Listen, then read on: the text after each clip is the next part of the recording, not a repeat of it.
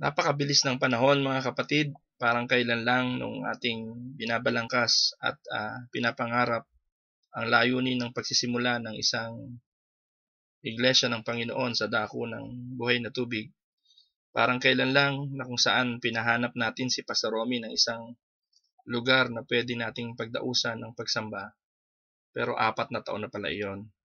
At sa loob ng 4 na taon na iyon, ay nakita naman natin kung paano ang ating Panginoon ay patuloy na sumama, nagpala, nag-ingat, nag-provide ng lahat ng ating pangangailangan para ang kanyang iglesia ay may sakatuparan.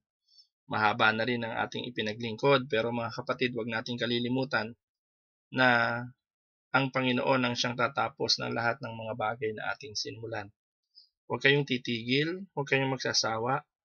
Magpatuloy po tayo sa paglalakbay sa buhay sapagkat ito yung ninasa ng Panginoon sa bawat isa sa atin.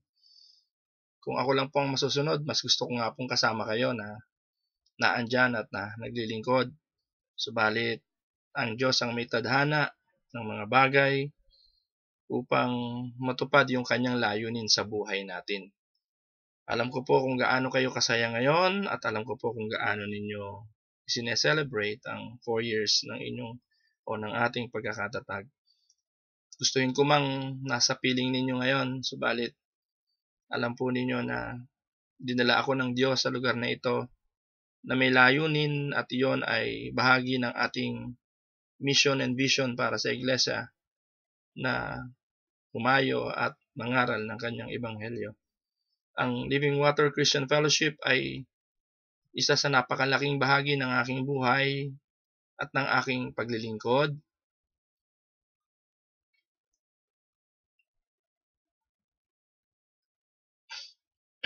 Alam niyo kung gaano ko gustong nasa inyo sana ngayon. Pero sa dalangin at sa patuloy na pagdulog sa Panginoon, muna ninyo ako makakasama. At pangako na ang Winnipeg Unida Christian Church ay laging magiging tagapanalangin ng bawat isa sa inyo sa anumang bagay na inyong pinagdadaanan. Mga kapatid, maraming salamat sa inyong patuloy na pananalangin para sa akin, para sa aking sambahayan. Salamat sa inyong mga suporta. Salamat sa inyong pagsubaybay sa aking sambahayan. Dalangin ko na patuloy kayong pagpalain ng Panginoon at katulad ng pinangako ng Diyos sa bansang Israel, ng kanyang pagsama, ng kanyang proteksyon, ng kanyang pagtatanggol, ng kanyang probisyon at pangakong pagtupad ng kanyang mga pangarap. Sumain niyo rin nawang lahat ang mga bagay na ito. Lagi ko kayong idinudulog sa Panginoon sa panalangin. Inyong galangin, inyong sundin, inyong pakinggan ang inyong mga pastor. Sa ganong kaparaanan, ang pangako ng Diyos ay pagpapalain kayo. Tulungan niyo sila sa mga pangarap na makaabot pa ng maraming mga kaluluwa.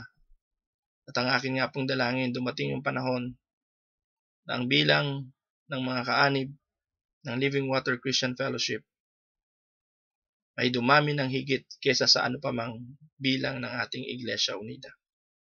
Nangangarap ako na dumating yung pagkakataon na ang bawat isa sa inyo ay hindi lang magiging tagapakinig, kung hindi magiging tagagawa, tagapagbahagi, tagapangaral ng kanyang ebanghelyo.